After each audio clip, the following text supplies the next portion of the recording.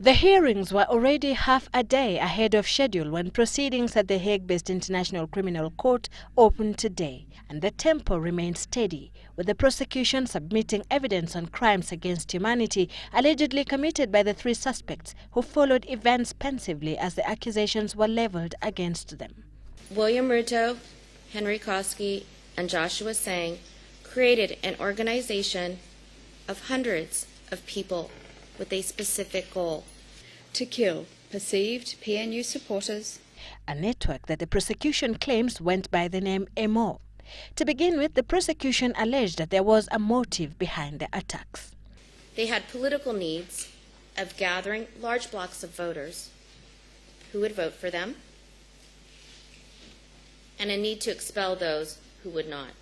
To execute the attacks, the prosecution told pre-trial Chamber 2 that the network they created had 5 functional components, the first one being the political wing headed by Ruto and Kosgey.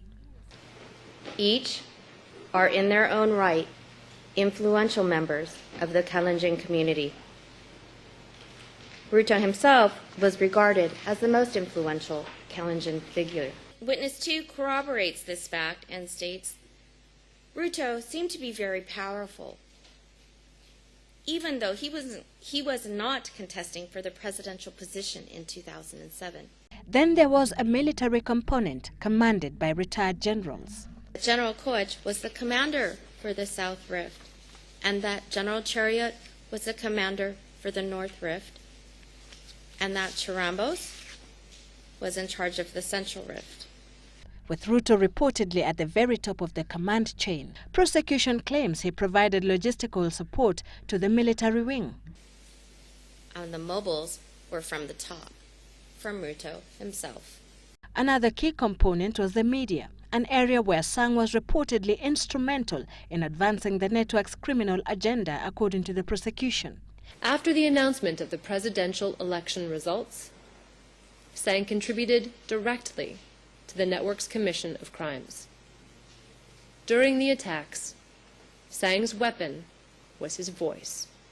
The other component reportedly anchored on elders.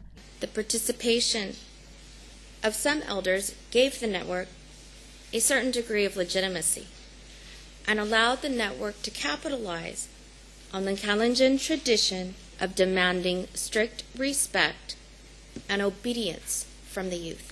Then there were financiers. Again, according to the prosecution, Ruto and Kosgey played a key role here, but received support from other politicians and businessmen.